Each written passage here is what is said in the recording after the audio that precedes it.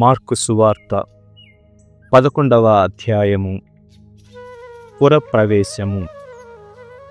యేసు తన శిష్యులతో యెరూషలేమునకు సమీపమున ఉన్న ఒలీవు కొండ దగ్గరనున్న బెత్ఫగే బెతానియా గ్రామములను సమీపించెను. అప్పుడు ఆయన 2 శిష్యులను పంపుచు ఇట్లు ఆదేశించెను: మీరు ఎదుటనున్న గ్రామమునకు వెళ్ళుడు.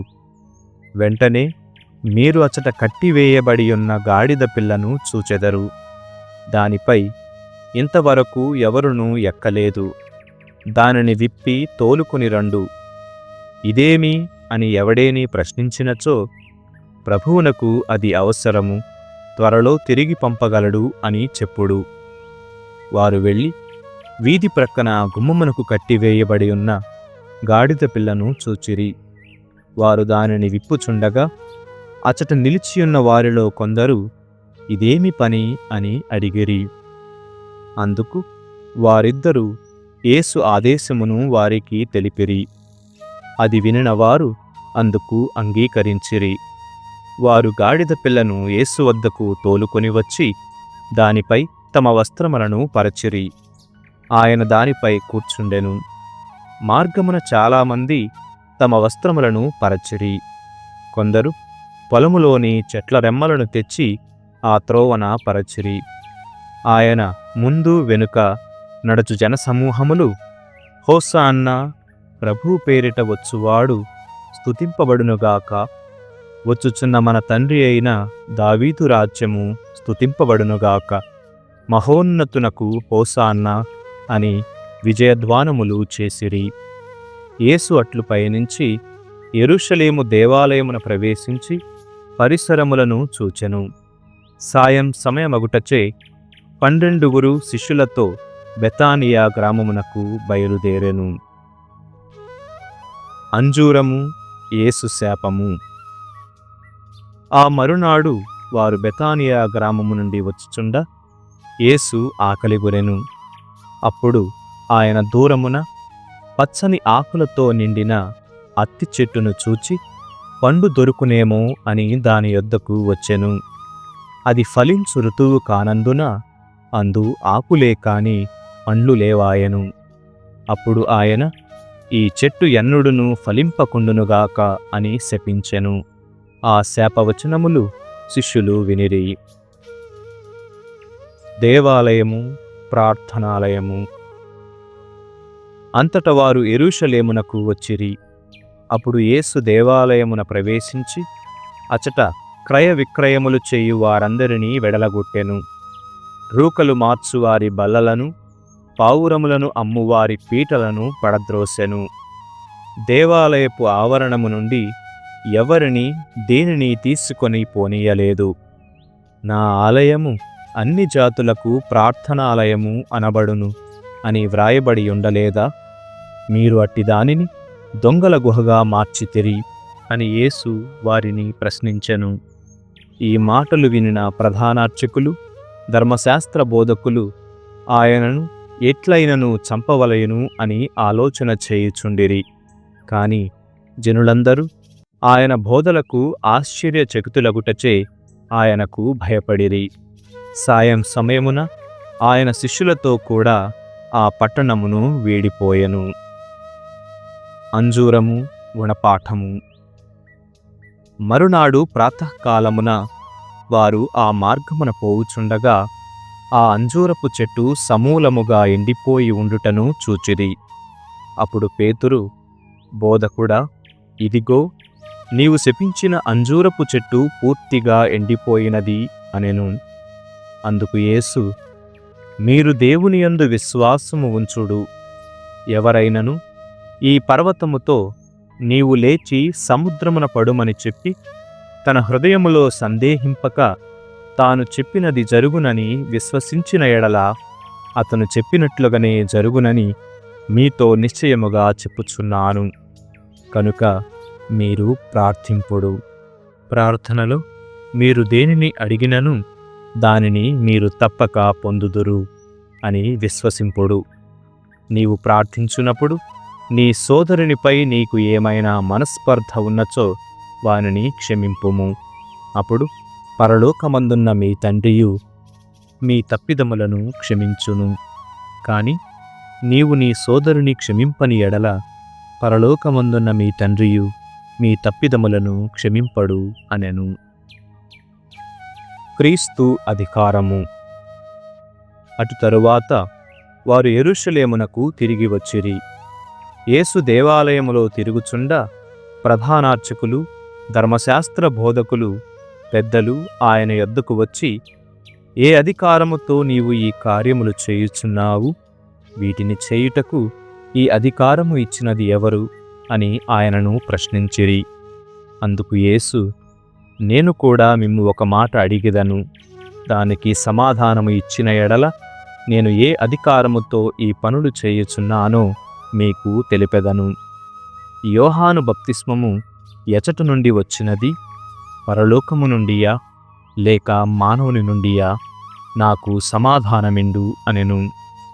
అంతవారు తమలో తాము ఇట్లు తర్కించుకొనిరి, పరలోకము నుండి అని మనము చెప్పిన ఎడల ఆయన అట్లయినా మీరెందుకు ఆయనను నమ్మలేదు అని అడుగును. లేదా మానవుల నుండి అని చెప్పితిమా? ప్రజలందరూ యోహానును నిజమైన ప్రవక్తగా భావించుచున్నారు.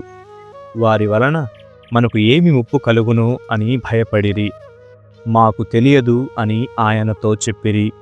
అప్పుడు ఆయన వారితో, నేను ఏ అధికారముతో ఈ పనులను చేయుచున్నానో నేనును చెప్పను అనెను. 12వ అధ్యాయము. భూస్వామి కౌలుదారులు. యేసు ఉపమానపూర్వకముగా వారికి బోధింప ఆరంభించెను. ఒకడు ద్రాక్ష తోటను వేసి దాని చుట్టూ కంచె నాటెను. గానుగ కొరకు గోతిమి త్రవ్వి గోపురమును కట్టించి కౌలుదారులకు గుత్తకు ఇచ్చి దేశాటనము వెడలెను. పంటకాలమున ఆ కౌలుదారుల నుండి ద్రాక్ష తోట పండ్లలో తన భాగమును తెచ్చుటకై కౌలుదారుల వద్దకు తన సేవకునొకనిని పంపెను. కాని వారు యజమానుని సేవకుని పట్టుకొని కొట్టి వట్టి చేతులతో పంపివేసిరి. ఆ యజమానుడు మరి ఒక సేవకుని పంపెను. వారు అతని తలను గాయపరచి అవమానపరచిరి. అంతట యజమానుడు మరి ఒక సేవకుని పంపెను. వారు అతనిని చంపివేసిరి. వారు అనేకుల ఎడల అట్లే ప్రవర్తించుచు కొందరిని కొట్టి మరికొందరిని చంపివేసిరి. ఇక మిగిలినది అతని ప్రియకుమారుడు ఒక్కడే. అతనిని వారు తప్పక అంగీకరింతురని తలంచి వారి యొద్దకు పంపెను. ఆ కౌలుదారులు వానిని చూచి, ఇదిగో ఇతడే వారసుడు, రండు ఇతనిని తొదముట్టింతము, ఈ ఆస్తి మనకు దక్కును అని తమలో తాము చెప్పుకొనిరి. ఇట్లు నిశ్చయించుకొని వానిని పట్టి చంపి తోట వెలుపల పారవేసిరి. అప్పుడు ద్రాక్ష తోట యజమానుడు కౌలుదారులను ఏమి చేయును? అతడు వచ్చి ఆ దుష్టులను మట్టుపెట్టి ఆ ద్రాక్ష తోటను ఇతరులకు గుత్తకు ఇచ్చును. ఈ లేఖనమును మీరు చదవలేదా? ఇల్లు కట్టువారు త్రోసివేసిన రాయి ముఖ్యమైన మూలరాయి ఆయను. ఇది ప్రభువు ఏర్పాటు, ఎంత ఆశ్చర్యకరము అని యేసు పలికెను. ఈ ఉపమానం విశేషించి తమ్ము గురించి పలికెనని యోధ ప్రముఖులు గ్రహించి ఆయనను బంధింపదలచిరి. కాని జనసమూహములకు భయపడి వెళ్ళిపోయిరి. సుంకమును గూర్చిన సమస్య. అంతవారు యేసును మాటలలో చిక్కించుకొనవలెనని పన్నుగడ పన్ని పరిసయ్యులలో హేరోదీయులలో కొందరిని ఆయన వద్దకు పంపిరి. వారు వచ్చి, బోధకుడా, నీవు సత్యసంధుడవు, ఎవరికిని భయపడవు, మోమాటము లేనివాడవు, దేవుని మార్గమును గూర్చిన వాస్తవమును బోధించువాడవు. చక్రవర్తికి సుంకము చెల్లించుట న్యాయసమ్మతమా కాదా? నీ అభిప్రాయమేమి అని అడిగిరి. యేసు వారి కపటోపాయమును గుర్తించి, నన్ను ఏల పరీక్షింతురు? సుంకము చెల్లించు నాణెమును నాకు చూపుడు అని అడుగగా వారు 1 దీనారమును ఆయనకు అందించిరి. అప్పుడు ఆయన అందరి రూపమును నామధేయమును ఎవరివి అని వారిని ప్రశ్నింప, కైసరువి అని వారు ప్రత్యుత్తరమిచ్చిరి. అట్లయినా కైసరువి కైసరునకు, దేవునివి దేవునకు చెల్లింపుడు అని ఆయన వారికి సమాధానమిచ్చెను. అందుకు వారు ఆశ్చర్యచకితులైరి. మృతుల పునరుత్థానము, సద్దూకయ్యుల పన్నాగము. అప్పుడు పునరుత్థానమును అంగీకరింపని సద్దూకయ్యులు కొందరు యేసు వద్దకు వచ్చి, బోధకుడా, ఒకడు సంతానము లేక మరణించిన ఎడల అతని భార్యను అతని సోదరుడి వివాహమాడి అతనికి సంతానము కలుగచేయవలెనని మోషే ఆజ్ఞాపించెను కదా. ఒకానొకప్పుడు 7 అన్నదమ్ములుండిరి. అందు మొదటివాడు పెండ్లాడి సంతానము లేకయే మరణించెను. రెండవవాడు ఆ వితంతువును వివాహమాడెను, కాని అతడును సంతానము లేకయే మరణించెను. మూడవ వానికిని ఆ గతియే పట్టెను. అట్లే 7 సంభవించెను. తుట్టదొదకు ఆమెయు మరణించెను. ఆ 7 సోదరులు ఆమెను వివాహమాడిరి కదా. పునరుత్థాన కాలమున ఆమె ఎవరి భార్య అగును అని ప్రశ్నించిరి. అందులకు యేసు, మీరు లేఖనములను దేవుని శక్తిని ఎరుగక పొరబడుచున్నారు. పునరుత్థానమైన పిదప మానవులు వివాహము చేసుకొనరు, వివాహము చేయబడరు. వారు పరలోకమందలి దూతల వలె ఉందురు. నేనే అబ్రహాము దేవుడను, నేనే ఈసాకు దేవుడను, నేనే యాకోబు దేవుడను అని మండుచున్న పొద నుండి దేవుడు పలికిన దానిని మోషే గ్రంథమందు మీరు చదవలేదా? ఇది మృతుల పునరుత్థాన ప్రస్తావన కాదా? మీరు పూర్తిగా పొరబడుచున్నారు.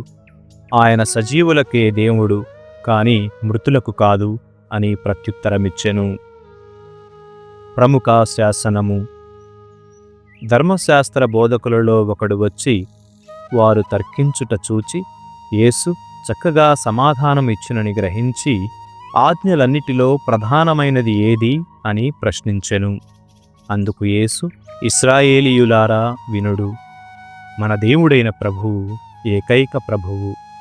నీ దేవుడైన ప్రభువును నీ పూర్ణ హృదయముతోనూ, పూర్ణ ఆత్మతోనూ, పూర్ణ మనస్సుతోనూ, పూర్ణ శక్తితోనూ ప్రేమింపవలెను. ఇది ప్రధానమైన ఆజ్ఞ. నిన్ను నీవు ప్రేమించుకున్నట్లు నీ పొరుగువానిని ప్రేమింపుము. ఇది రెండవ ఆజ్ఞ. వీనిని మించిన ఆజ్ఞ మరి ఒకటి లేదు అని సమాధానమిచ్చెను. అప్పుడతడు, బోధకుడా, నీవు యథార్థమును చెప్పితివి. దేవుడు ఒక్కడే, ఆయన తప్ప మరి ఒకడు లేడు. ఆయనను పూర్ణ హృదయముతోనూ, పూర్ణ మనస్సుతోనూ, పూర్ణ శక్తితోనూ ప్రేమించుటయు, తనను తాను ప్రేమించుకున్నట్లు తన పొరుగువానిని తాను ప్రేమించుటయు సమస్త హోమముల కంటే, సమస్త బలుల కంటే ఘనమైనది అని పలికెను. చక్కగా సమాధానమిచ్చిన ఆ ధర్మశాస్త్ర బోధకునితో యేసు, దేవుని రాజ్యమునకు నీవు దూరముగా లేవు అనెను. అటు తరువాత ఆయనను ఎవరును ఏమియును అడుగుటకు సాహసింపలేదు. మెస్సియాను గూర్చిన ప్రశ్న.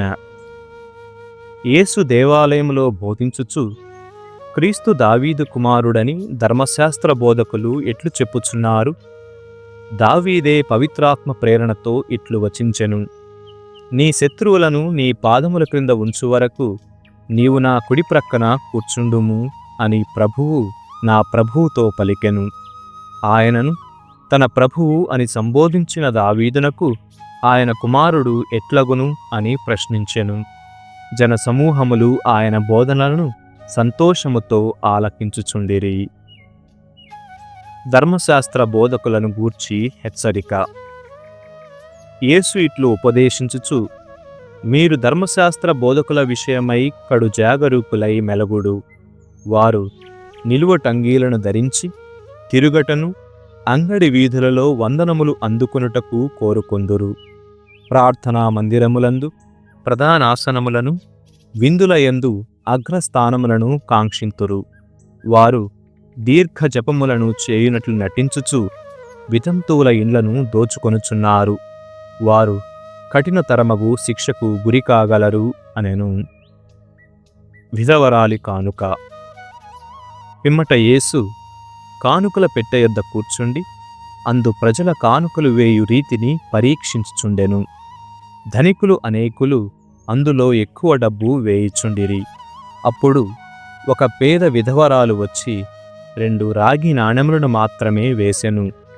ఆయన శిష్యులను పిలిచి, ఈ కానుక పెట్టెలో డబ్బులు వేసిన వారందరికంటే ఈ పేద విధవరాలు ఎక్కువ వేసెనని మీతో నిశ్చయముగా చెప్పుచున్నాను అని అనెను. ఏలయన వారందరూ తమ సమృద్ధి నుండి కానుకలు వేసిరి. కాని ఈమె తన లేమి నుండి తనకు ఉన్నదంతయు తన జీవనాధారమంతయు త్యాగము చేసినది అనెను. 67వ కీర్తన. కోతకాలపు పాట. దేవా, మా మీద దయ చూపి మమ్ము దీవింపుము. నీ ముఖ కాంతిని మా మీద ప్రకాశింపనిమ్ము. అప్పుడు సకల జాతులు నీ మంచితనమును తెలుసుకొనును. సకల జాతులు నీ రక్షణమును అర్థము చేసుకొనును. దేవా, అన్యజాతులు నిన్ను స్తుతించునుగాక. సకల జాతులు నిన్ను కొనియాడునుగాక.